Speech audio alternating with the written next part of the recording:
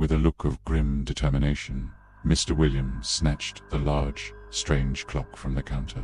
He moved with a speed that belied his age, grabbing an old, sturdy wooden crate from the back room. Without a word, he placed the clock inside, the demonic symbol hidden from view.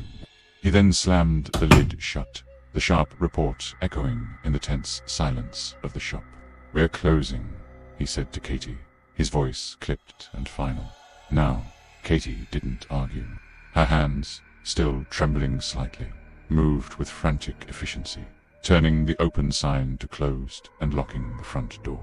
David, still shaken but now more concerned about his grandfather's silent fury, simply watched. They moved as a unit, a small, somber procession. Mr. Williams, holding the crated clock tightly to his chest, led the way. They didn't speak a word on the short walk home.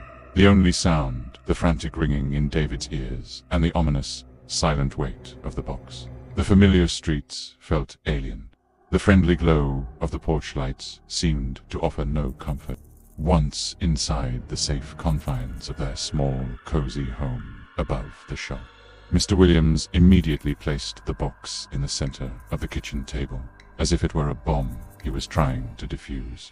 The three of them sat around it, the usual warmth of the kitchen replaced by a cold dread. The scent of roasted chicken from dinner felt out of place, a stark reminder of the normalcy they had just left behind. What just happened? Katie finally asked, her voice a small, shaky thing. Mr. Williams took a deep, shuddering breath and looked at David. His eyes, though still stern, held a new, profound sadness. That clock, it's a living thing, a parasite. It feeds on memory and time. He gestured to the box. That thing, it wasn't broken. It was dormant. And that visitor, they wanted me to wake it up. He looked at David, his gaze intense. The voices you heard, son, what did they say? David's words, though simple, sent a shiver through the room.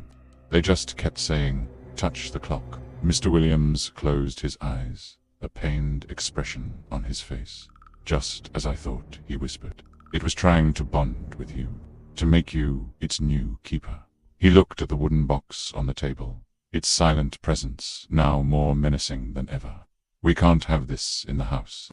We can't have it in this town. He stood up abruptly.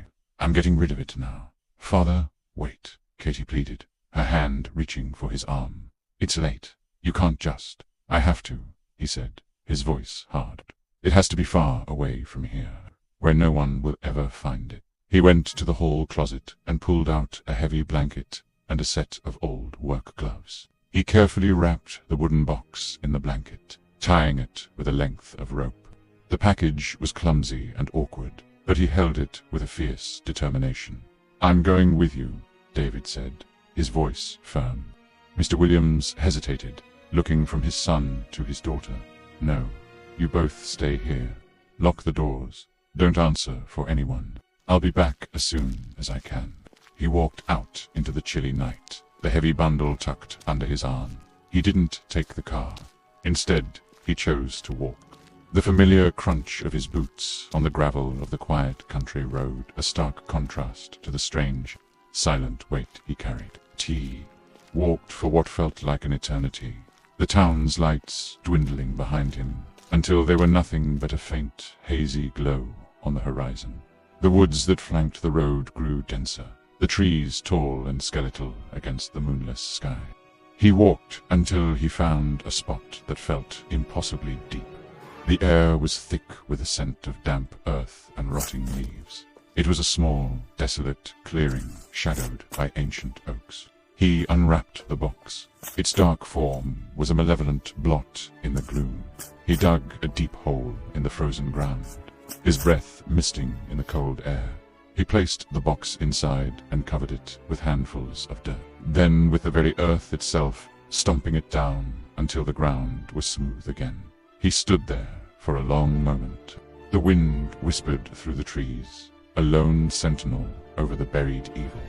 He had done it. The clock was gone.